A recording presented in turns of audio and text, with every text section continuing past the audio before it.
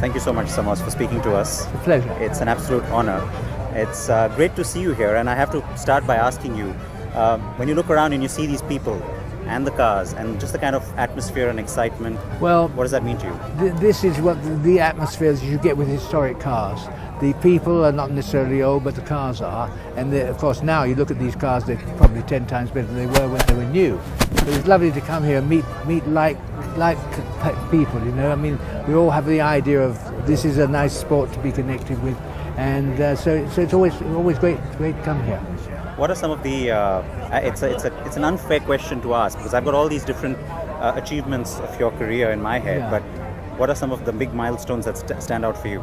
Well, the races are quite different, but I suppose the Mille Miglia is probably my greatest overall type of thing, and the Monaco in 1961 is another one, also Nürburgring of that year. But remember, I drove 108 different cars in 590 odd races, so it's quite a big selection.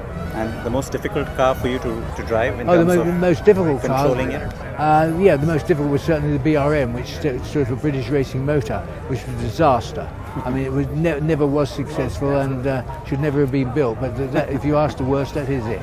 And I mean, the Monaco race, for example, things are so different today as far as racing is concerned. Just the kind of electronics you have on a car. Back then, it was all about how much you could get out of the car, isn't it? Yeah, absolutely. Purely, I mean, it was down to the driver. And the races in those days, remember, were 3-hour minimum. And Monaco was 3 3/4 hours, but it was the driver and the car. And I think if you have a really great driver like Fangio, he's probably worth 25 or 30% of the winningness of the car. Now, the very best driver in the world, however good he is, only contributes probably 5 or 6% because the cars are so good. Do you still follow it as keenly, though? I mean, Oh yeah, not as keenly obviously as when you're driving, but I mean certainly I still follow Formula One. It is interesting rather than exciting. Do you get a chance to see or experience any of the cars that you used to drive? Do you have any of them with you now? No, I do have an RS61 Porsche, which I drove in 1961, of course. I'm not racing it at the moment because I retired when I was 82.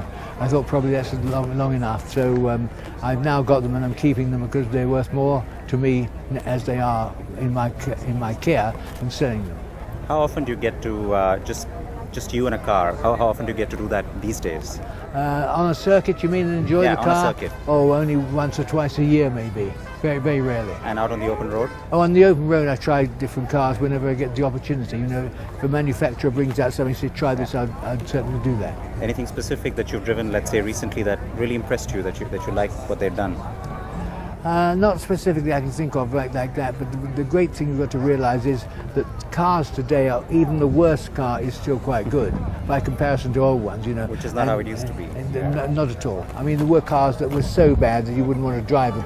Now, if you're talking road cars, I really have a job to think of, oh God, that's an awful beast. There aren't many. That's true. But, you know, what we've also seen is a resurgence of the British brands. Yes. They're all doing really well, you know, from a market point of view, but also from a product point of view. They're sort of really holding their own now. You've seen even McLaren coming out with the MP 412C. Is that encouraging for you to see that resurgence? I think it's terrific. I mean, obviously the McLaren is a very special vehicle and it's only ever going to be sold in 1s and 2s, you know what I mean? But to see that technology going around and it being British technology, that's very good. I mean, we have developed, one thing you've got to remember is every car in the world now, I think I'm right in saying, has disc brakes. Yeah. Those disc brakes were developed by Jaguar and Dunlop, including and the guy, their engineers, and I helped with it. And that is, to me, something of which I'm very proud because it's very, very, very important. How do you view today's Formula One driver? I mean, do you think these guys are? Of course, everybody wants to win. But yeah, how do they approach it? Do you think they approach it the same way you used to? No, I don't. Nothing like the same. But the point is, it's just such a different. It isn't a sport anymore. It's a business, a very good business, beautifully run, and the drivers drive well and all that. But it isn't. It used to be a sport, and obviously you can't make a thing that was the real business into a sport again. It doesn't happen. As I mentioned to you, I've come in from India, and it's a part of the world where many of our people are now waking up to motorsport. It's Yeah. not something that we've Yeah. always had, but it's exciting. Do you think it's nice to see that motorsport is getting popular in parts of Oh, the world I where it think wasn't? it's wonderful. I mean, India, you've got what 300 million people or something. Or enormous more, amount. a whole lot more. Oh well, anyway, About 1.2 anyway, billion. really. Well, I'm going over to join them for a thing of the Maharajas in February next year, I think. But no, I certainly look forward to going over there. And we have our own Grand Prix now. Yes, so, of course you do, yeah. and your own team. You know, and Force India. I mean, they're doing very well, very well. And of course, they are again headquartered at Silverstone, so they have a Yeah. British connect too. Yes, oh, absolutely. But have you ever driven in India at all? Have you been to India? I have been to India, and I haven't driven that much.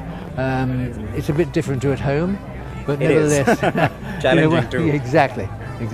But I enjoy it. Enjoy it over there very much. One last question, sir, before I let you go. If you had to go back and do it all over again, I'm sure you're going to say you'd do it all over again, but Yeah. is there something you'd do differently?